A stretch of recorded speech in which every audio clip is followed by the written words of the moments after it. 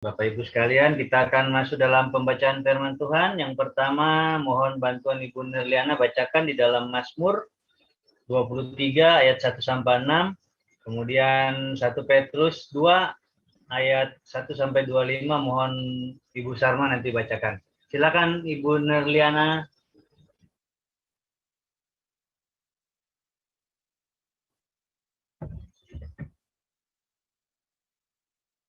Silakan Bu. Baik, terima kasih Pak Agus. Salam Pak Agus. Shalom Ibu.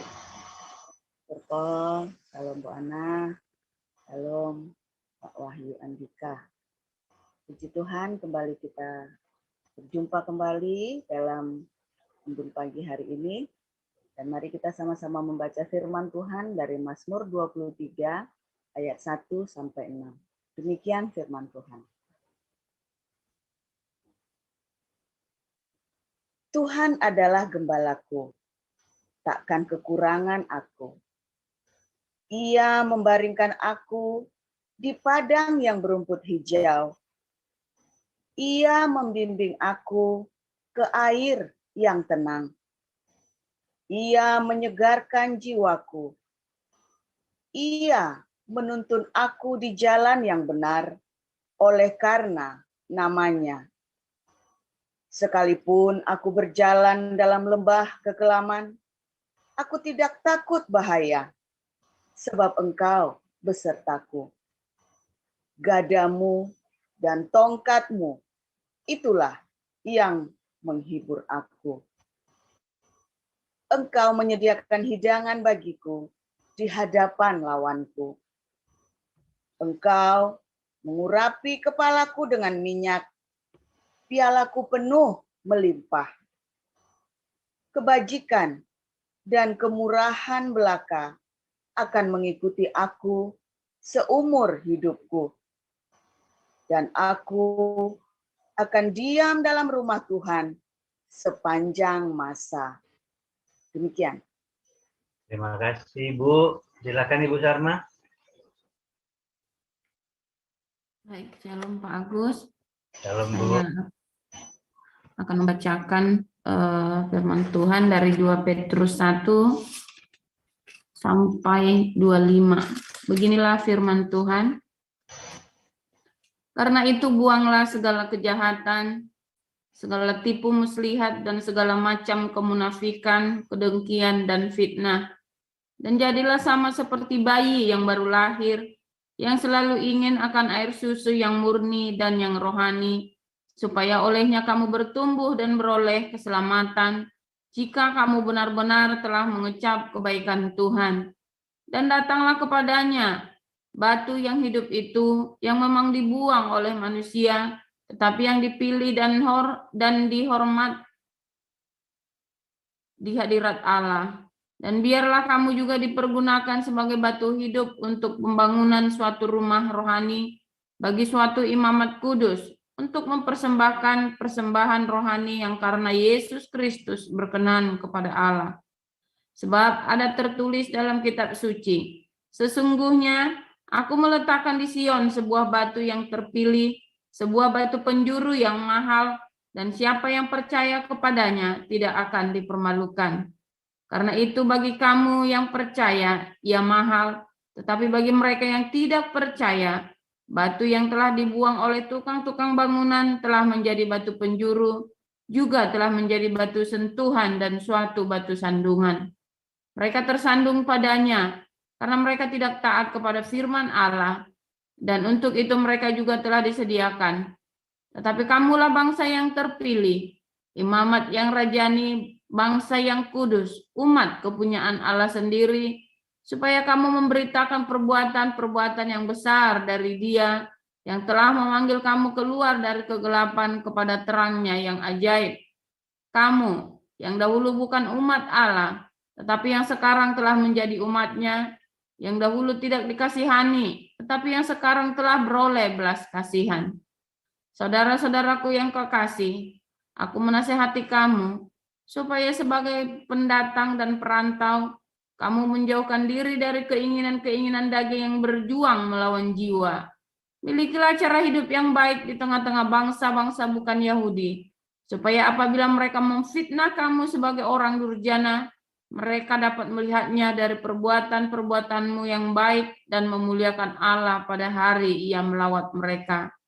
Tunduklah karena Allah kepada semua lembaga manusia, baik kepada raja sebagai pemegang kekuasaan yang tertinggi, maupun kepada wali-wali yang diutusnya untuk menghukum orang-orang yang berbuat jahat dan menghormati orang-orang yang berbuat baik.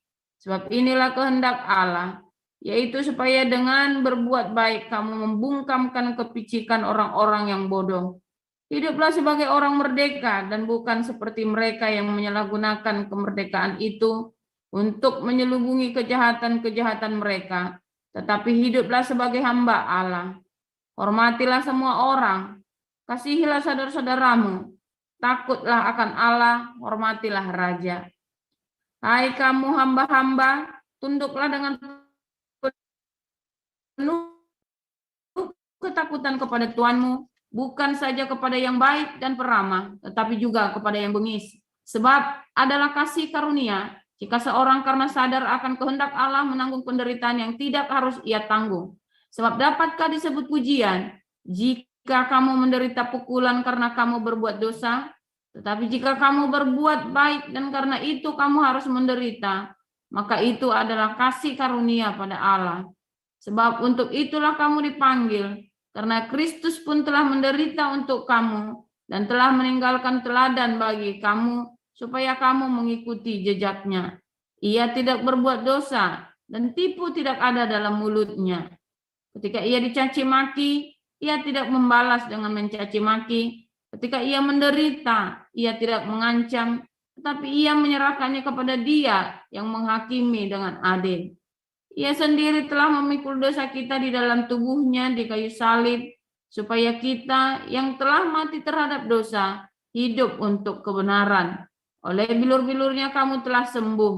Sebab dahulu kamu sesat seperti domba, tetapi sekarang kamu telah kembali kepada gembala dan pemelihara jiwamu. Demikian firman Tuhan. Terima kasih Bu Nerliana dan Ibu Sarma, Bapak Ibu yang ada di Zoom maupun di YouTube. Mari kita siapkan hati kita untuk mendengarkan firman Tuhan. Silakan Pastor. Iya, haleluya, luar biasa.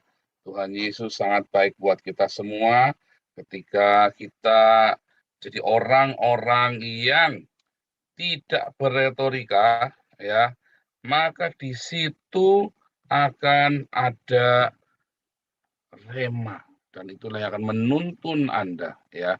Dan kalau Anda melihat, ya, Anda tidak akan pernah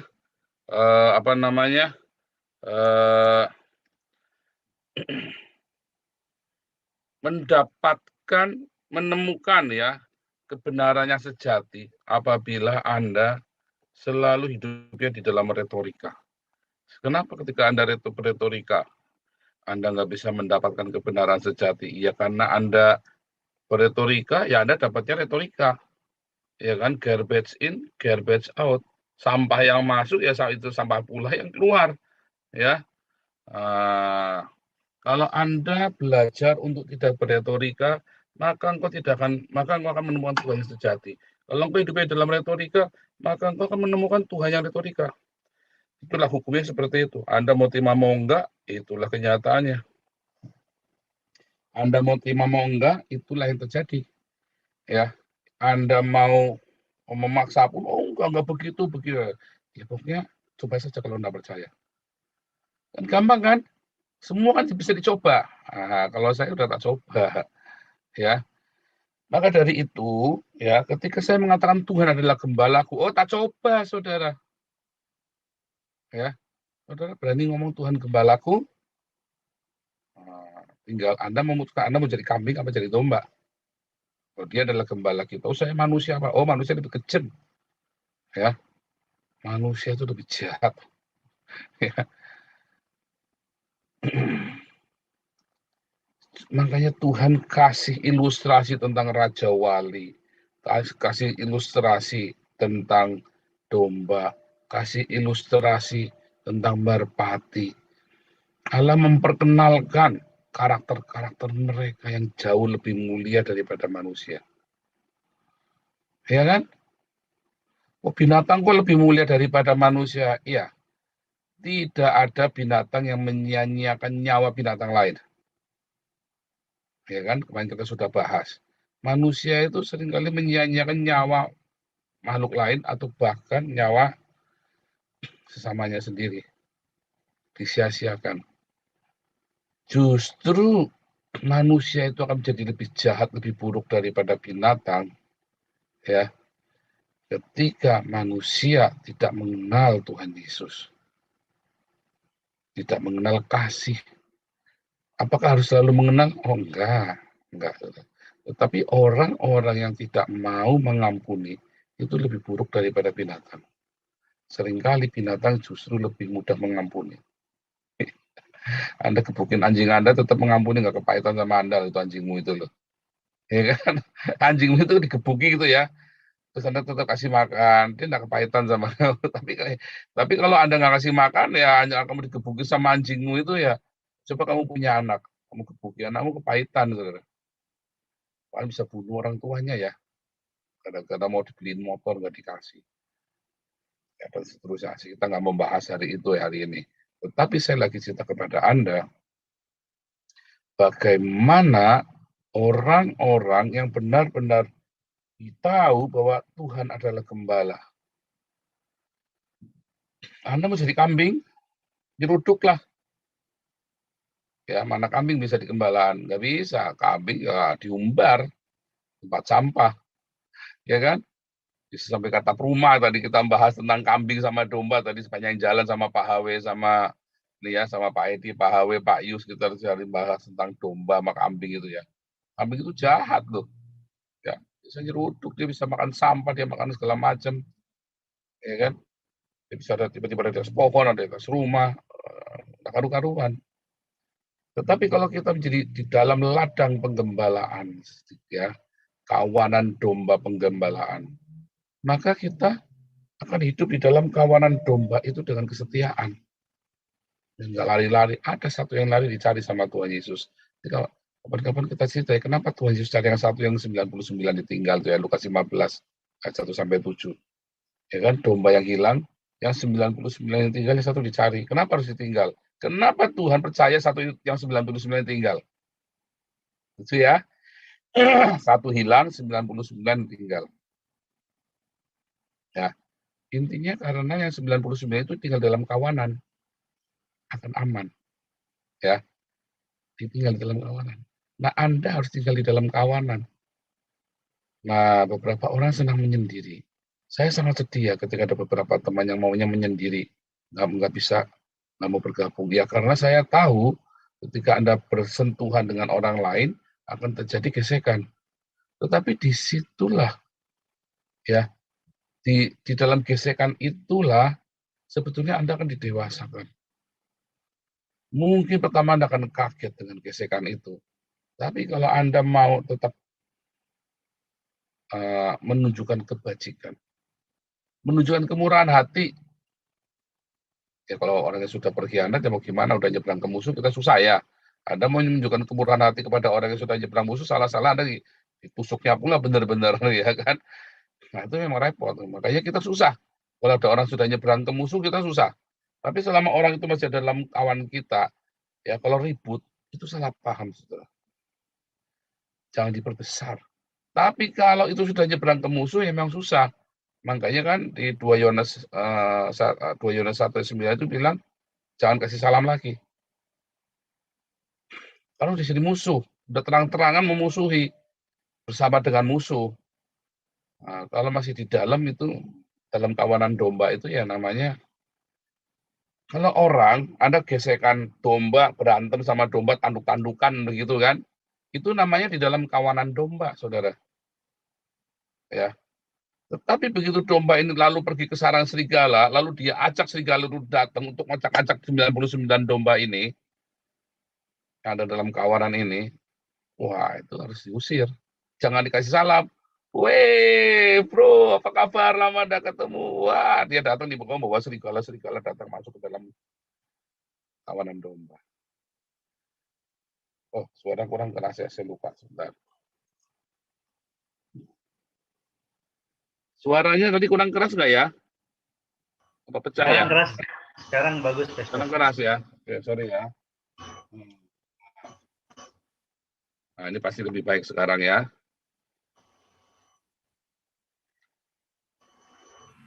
Ya, oke. Sekarang lebih jelas ya. Lebih bagus ya. Nggak pecah ya. Bagus, bagus, Pastor. Iya. Jadi kawanan domba itu, saudara, jangan sampai kawanan domba itu nyebrang ke musuh. Kalau sudah ke musuh, Anda bukan kawanan dalam domba itu lagi. Kalau Anda di dalam kawanannya 99 ekor itu, kita baca aja deh ya. Lukas 15 saya baca sekali lagi deh. Sampai bisa tolong bacakan. Lukas 15 ayat 1 sampai 7. Lukas 15 ayat 1 sampai 7. Ada yang ready untuk membacakan? Pak David mungkin ready? Sebentar. Pak Mulia aja nih ya, ready ya.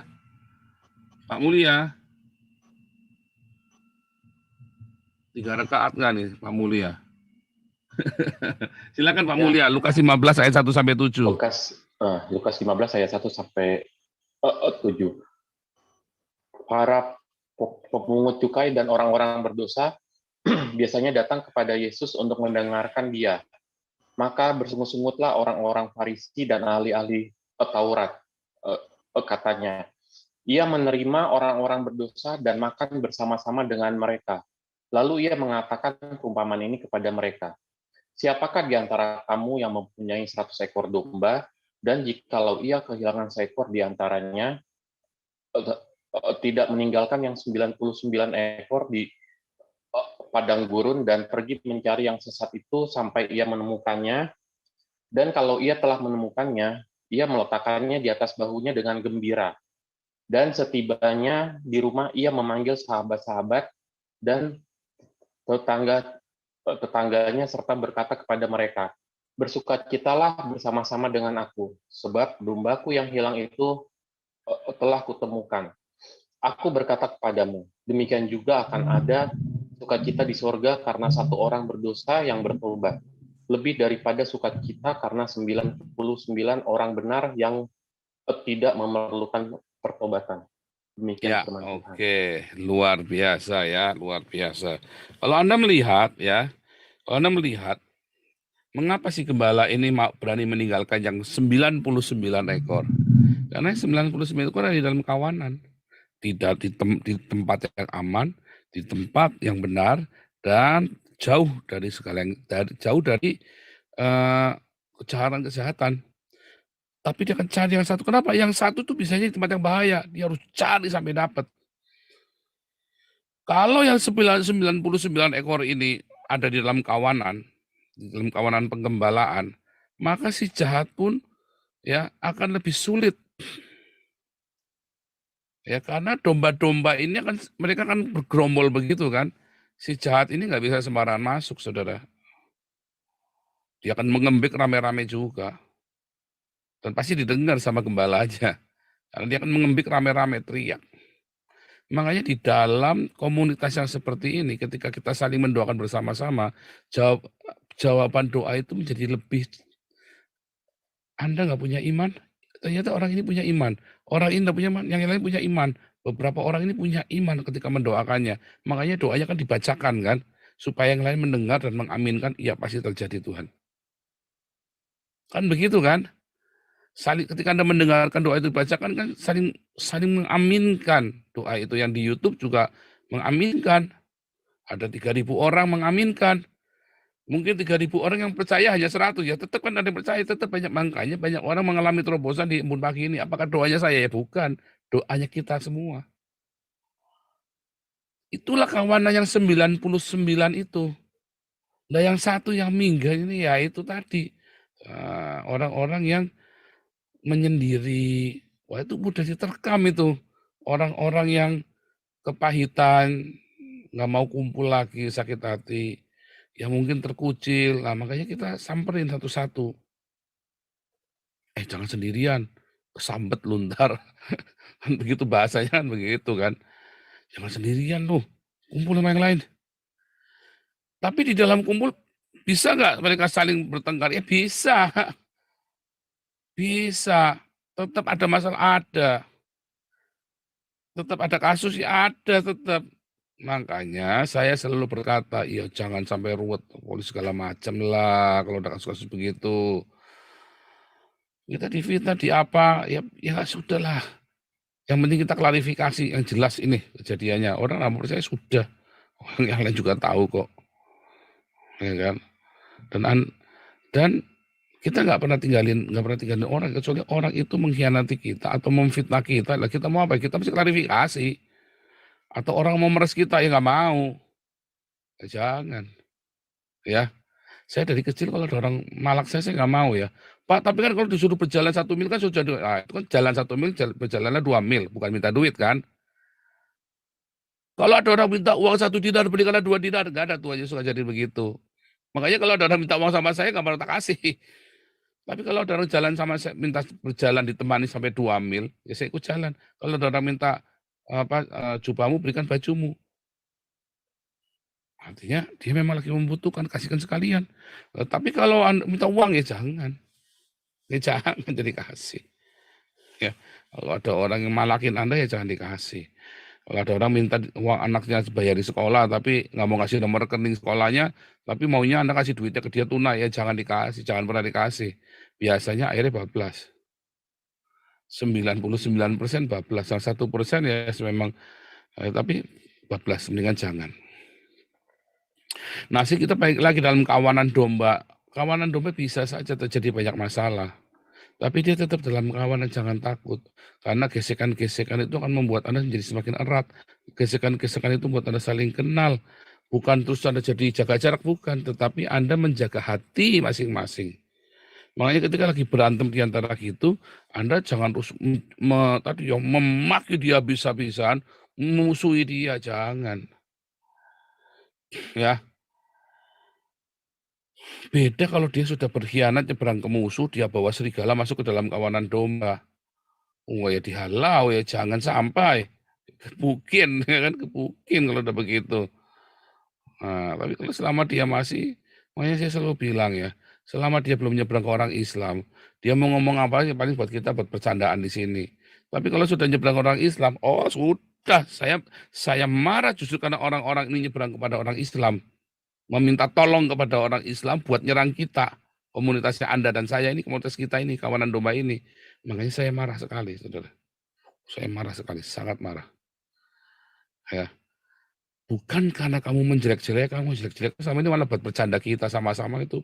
Uji hati-hati paling suka ngeledek-ledek gitu. Iya kan? Cuma buat bercandaan. Tapi begitu kamu nyebrang ke musuh, Anda bawa serigala itu masuk ke dalam kawanan, itu bahaya. Buat penatua kita, bahaya. Buat orang-orang yang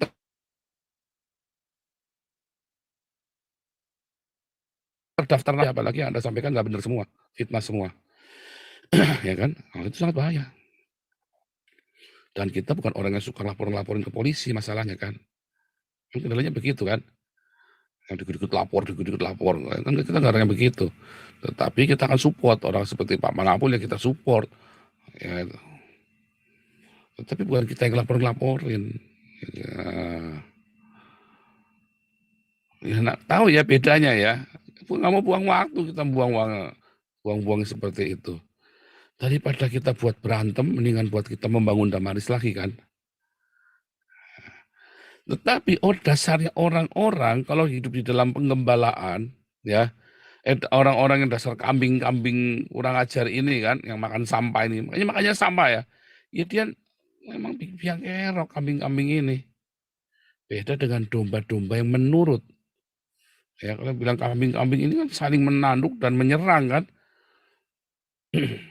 Tapi kalau domba-domba ini, saya nggak berkata bahwa Anda semua harus penurut-penurut yang yes. Enggak. Tetapi yang dimaksud adalah Anda saling melindungi satu sama lain. Tetapi bukan menghasut, beda. Di dalam kawanan domba, kalau Anda tidak bersatu, tapi malah Anda saling menghasut untuk menghancurkan komunitas itu, ya, Anda akan hancur tuh. Kita ini kan komunitas ini, kita ini sebuah komunitas, kita lah gereja, kita di gereja ya. Secara rohani, Anda dan saya, kita berkumpul pagi ini adalah gereja, kitalah kawanan domba penggembalaan. Ya, tetapi secara organisatoris, gereja Hagios Internasional terdaftar. Kita gereja resmi, ya. Kita gereja resmi. Kan ada rekeningnya itu kan, Anda bisa lihat rekening kita. Kalau nggak resmi nggak bisa buka rekening atas nama Hagios Internasional, ya kan? Double A ya, Hagios Internasional, double A. Tetapi secara rohaniah kitalah penggembalaan, kitalah gereja, kitalah imamat yang rajani. Ya, kitalah gereja, itulah kawan penggembalaan, jangan aku tinggalkan. Tetapi masalahnya kamu di dalam kawanan penggembalaan, gembala upahan atau gembala beneran. Gembala yang cuman mau ngulitin bulunya kamu dan mau makan sate domba saja, apa gembala yang benar-benar mau merawat dan menuntun kalian kepada jalan kebenaran, menuntun kalian kepada air yang tenang, menuntun kalian kepada rumput yang hijau, bahkan di lembah kekelaman dia mau. Nah, itulah Tuhan Yesus. Tetapi Tuhan Yesus memberikan mandat itu kepada orang-orang seperti Petrus, gembalakanlah domba-dombaku. Nah, Anda mau masuk di dalam ladang penggembalaan, kawanan gembala yang mana nih? Yang nggak berani ngotbahin Matius 25 ayat 46. Oh, hati-hati, nanti Anda cuma jadi sate domba. Kalau Anda gembala, Anda tidak pernah khotbah Matius 25 ayat 46, hati-hati, Anda sedang digiring menjadi sate domba dan bulumu cuma dibuluin saja, diambil bulunya dan Anda kurus. Akhirnya Anda masuk di dalam kebinasaan. Ya, sesat di dalam kawanan, sesat berjemaah. Dia kan masuk lembah kekelaman berjemaah, enggak keluar-keluar. Bingung kan coba. Kayak apa tuh rapture rame-rame, pindah ke alam yang nggak jelas. Tetapi kalau Anda masuk ke dalam gembala-gembala yang mengajarkan semua kebenaran, ya, yang mengajarkan segala kebenaran tanpa ditutupi, berani nggak Anda ikuti gembala-gembala seperti ini? Masalahnya kan Anda juga pengen numpang populer kan? Masalahnya kan Anda juga nggak seneng kan kalau ada orang lebih populer dari Anda. Nah itu repotnya kan begitu. Anda tidak berpikir bahwa kita semua ya adalah kawanan domba dari Gembala Agung kita Yesus Kristus. Anda berpikir ya bahwa yang namanya gembala itu adalah pemimpin yang seperti raja. Enggak, saudara. Para gembala ini adalah pelayan. Tetapi Anda memperlakukan para gembala ini sebagai raja. Mereka pemimpin, tetapi bukan raja dengan yang Anda kemudian manjakan dengan kemewahan, ya kan? Dan Anda berpikir bahwa kemewahan yang didapatkan oleh pendeta-pendeta ini adalah wajar, Tuhan memberkati dia. Enggak. Kalau Anda sudah berdiakonia dengan rajin, jemaat semua sudah berdiakonia dengan rajin, maka Anda otomatis hidup dalam kelimpahan kayak orang-orang di Eropa. Ya susah. Masa Anda mau disuruh melarat lagi orang Eropa? Mereka sudah hidupnya udah makmur. Beda kasusnya. Tetapi kalau sebentar di lingkungan banyak orang-orang miskin yang karena mereka memang tidak beruntung, oh ya jangan Anda bermewah-mewah. Jangan. Nah, yang berikutnya kawanan domba ya. Tadi saya katakan mengembik bersama-sama ketika ada bahaya. Artinya di dalam doa yang saling mendukung tadi itu, Anda minta jadi Tuhan tolong, Tuhan tolong, Tuhan tolong, tanpa Anda harus gigit, tanpa Anda harus berperang. Gembala itu kan lari untuk membelamu. Kawanan domba ini mendoakan ketika kita masing-masing ada masalah. Saling mendoakan satu sama lain. Waktu doa diaminkan. Nah, maka kawanan domba ini akan menjadi kawanan domba yang sangat solid, saudara. Dan akan menjadi berkat. Kawanan ini akan menjadi berkat. Ya, makanya jangan lepas dari perhimpunan ya. Nah, namanya perhimpunan itu tempat Anda belajar, berkomunitas seperti ini. Apakah harus ketemu? Ya enggak, kita semua zamannya teknologi, saatnya ketemu ya ketemu. Ya kayak tadi siang saya fellowship ya, tadi minta maaf yang kelas evangelis hari Senin saya saya tidak mengajar karena saya penting ya fellowship dengan Pak HW ini penting sekali. Kami kenal sudah 2 tahun tidak pernah ketemu, baru hari ini ketemu dengan Pak HW, ya ketemu dengan Pak Edi dari Amerika, ketemu tadi tak ketemu juga tadi rame ya sama Pak Steve sama Pak Yus. Kita ketemu ya dari Amerika, dari Jerman, dari Belanda, kita ketemu ya. Kita senang sekali, indah sekali pertemuan itu, makanya saya pentingkan karena fellowship itu juga penting. Tatap muka itu ketemu darat itu juga penting. Cuman hati-hati, jangan sampai Anda diporotin duitnya. Janji ketemu, baru diporotin duitnya. Hati-hati, saudara. Anda juga jangan mengharapkan uangnya orang lain. Anda harapkan Tuhan saja. Ya, selalu ingat ya, ini media sosial, apa saja bisa terjadi. Saya selalu mengingatkan Anda ya, Anda jangan main-main ya, ini media sosial, hati-hati. Anda ketemu orang, Anda sembarang-sembarang kenalin diri, ya, hati-hati. Tetapi kalau apabila komunitas itu jelas, ya, makanya saya bilang sama Pak Alex kemarin ya, Pak Alex, coba mulai merintis persekutuan doa ini. Kalau masa corona sudah selesai, ya coba merintis persekutuan doa. Hari ini tadi ada yang dibaptis ya, kemarin ya, di Bogor ada yang dibaptis ya oleh salah satu alumni kelas evangelis. Dibaptis tadi saya minta tolong Bu Vivin juga untuk menghadirinya, untuk jadi saksi kan. Nah, luar biasa ya, komunitas kita ini berbuah ya. Kan nggak harus saya, tapi kan yang orang-orang kita muridkan ini berbuah. Itu penting. Nah, itulah kawanan domba. Nah, sekarang kalau ada yang kedukaan atau sakit, maka kawanan domba ini yang saling melindungi kan? Ya kan? Kawanan domba ini yang saling melindungi, saling menjaga. Oh, siapa ya yang udah lama nggak ikut Timbun Pagi ya? Makanya itu saya senang ya ada teman-teman yang rajin mencatat orang yang hadir Timbun Pagi. Saya sampai gumun-gumun sendiri. Ya ampun, teliti sekali. Tapi itulah karunia-karunia di dalam kawanan domba itu yang aneh-aneh begitu. Tapi yang justru kita jadi ngerti, oh siapa yang sudah lama nggak hadir, siapa yang kan begitu kan. Kalau ketemunya Anda harus siap-siap. Oh, pokoknya jangan sembarang kasih duit ya. Makanya saya bilang ya, diakonia itu adalah kasih makan, kasih pakaian, kasih tumpangan, bukan kasih uang loh. Kawanan domba itu penting, ya. Kawanan domba itu penting supaya Anda apimu tetap membara di dalam itu. Rema itu jangan sirna begitu saja. Rema itu mengumpul, ya. Anda saling menguatkan, saling berbagi rema satu sama lain. Penting, saudara. Dan kalau Anda kebetulan dapat jadwal sharing di Timbun Pagi ini, Anda sharing itu bukan khotbah, tetapi Anda share pengalamanmu dengan rema yang kamu dapatkan. Nggak usah pusing dengan homiletika, teori ini, nggak perlu. Anda punya rema apa, ya Anda sharekan, Anda punya pengalaman apa dengan rema tersebut. Gunakan seperti itu, ya kan? Maka dari itu saudara kita balik.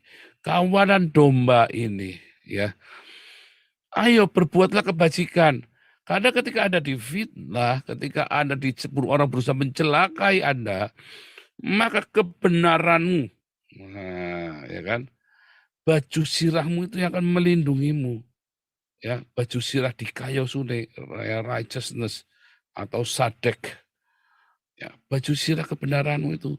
Apakah sadek? Balik lagi, sadek itu nanti akhirnya jadi sedekah. Diakoniamu, rajin, tutup kuping orang mau, ini maksudnya apa sih orang itu nyerang-nyerang kita? Nggak usah dipikir, saudara. Oke, Anda fokus diakonia. Dia akan nyerang saya, dia akan nyerang komunitas kita. Nggak usah dipikir. Nyatanya dia nggak bisa bikin seperti kita kok. Coba kalau ditanya, emang kamu ada bisa bikin seperti gerombolannya kita? Enggak, nol. Ya, jangan-jangan sudah pernah nyoba juga tapi gagal, makanya nggak mau cerita-cerita pamer malu. Kan simpel sekali kan? Kalau kamu bilang komunitas kita salah, kenapa kamu nggak mau bikin sendiri? Kan simpel. Makanya lakukan kebenaran itu, kita lakukan dengan sungguh-sungguh. Orang itu kan bungkam, saudara. Mau jawab apa coba? Kamu ngoceh-ngoceh, merem-merem, kamu udah bisa bikin kayak kita belum? Simpel kan? Nah, makanya kemarin daripada kita ribut, mendingan beli ambulan 2 kan. Sudah beli ambulan udah dibayar, tinggal jadi. Kalau beli ambulan itu di mana-mana pesan, tanya Bu Vivin, karena kita pesannya lewat Bu Vivin, yang udah dibayar itu ya. Udah dibayar itu pesannya sama Bu Vivin itu sama udah dibayar tuh ambulannya 2 ya, nggak main-main, nggak bohong-bohongan. Memang lah pesan. Ya kalau kapalnya nanti, kalau mau beli rumah sakit sekali nanti bertahap. Cita-cita yang besar, saya mau jadi apa? Saya mau jadi presiden, ya nanti jadi ketua RT dulu. Jokowi aja nggak langsung ceprot langsung jadi presiden, ya jadi wali kota dulu, jadi gubernur dulu, pelan-pelan, tinggal cepet apa lama, pokoknya ada tahapannya. Nggak ada ujuk-ujuk, ya tiba-tiba Alengso saya mau jadi Perdana Menteri Belanda, ujuk-ujuk dia nyalon sekarang. Kamu siapa? Saya Alengso. Saya nggak tahu Alengso, saya tahunya kapal oleng, Pak. Begitu kan sama Perdana, ininya kan partainya bilang, oh adanya sini kapal oleng, Pak, nggak ada Alengso, Pak. Oh, so oleng dong. Nah, so oleng kan begitu kan akhirnya kan. Iya, semua ada prosesnya. Dan Anda nggak perlu kejang-kejang kalau ada orang kritik Anda gitu, ya biarin saja. Yang penting Anda konsisten. Tetap ya. Makanya supaya kesalehan kita tetap nyata, ya Anda ya dah nyumbang ke Damari supaya tambah luar biasa. Nah, ini pasti mau pulang ya, mau membantu Dokter Sostenes nih, Dokter Kiki nih. Saya kemarin bilang ya, pasti kalau sampai yang proyek kan pasti ada pelayanan pribadi kan, ada pelayanan sendiri beliau. Kalau sampai yang pelayanan sudah selesai, Pak, bantu kami ya, Pak. Nanti kita langsung beli perangkat untuk Dokter Gigi itu, Pak. Saya yakin nanti ada lah, nanti pasti duitnya ada nanti Pak, belikan, nanti kita belikan palingan sekitar 50 sampai 100 juta. Belikan itu dokter Bu Vivin juga tahu yang murah di mana. Carikan yang murah itu nanti sama Bu Vivin. Nanti beli kita. Jadi kita dokter medsosnya punya Dokter Gigi. Ya kan? Gitu ya saudara ya. Berkarya, pokoknya otaknya kita karena penuh cinta, jadi apa? Berkarya terus. Nah, untuk berkarya butuh duit, saudara. Duitnya bukan buat saya ya. Bukan buat saya. Ya tetap balik duit lagi, Pak. Oh iya, Anda supaya jangan pertuhankan mamon. Ya nyatanya Anda yang rajin berdiakonia banyak diberkati kan? Tadi saya baru terima WhatsApp lagi. Pas sejak saya berdiakonia, saya selalu mengalami terobosan-terobosan kehidupan. Apa yang mentok-mentok yang mustahil-mustahil itu, semua saya mendapatkan mujizat-mujizat seperti yang Pak Paul bilang. Iyalah, saya kan sudah nguji, seperti Pak Hawi kemarin bilang. Oh ya diuji coba. Saya kan sudah nguji, coba Anda lakukan deh kalau Anda percaya. Yang kita ngomong tiap hari itu, embun pagi ini sama hari Minggu, coba Anda uji. Tuhan Yesus memberkati. Haleluya, silakan Pak Agus.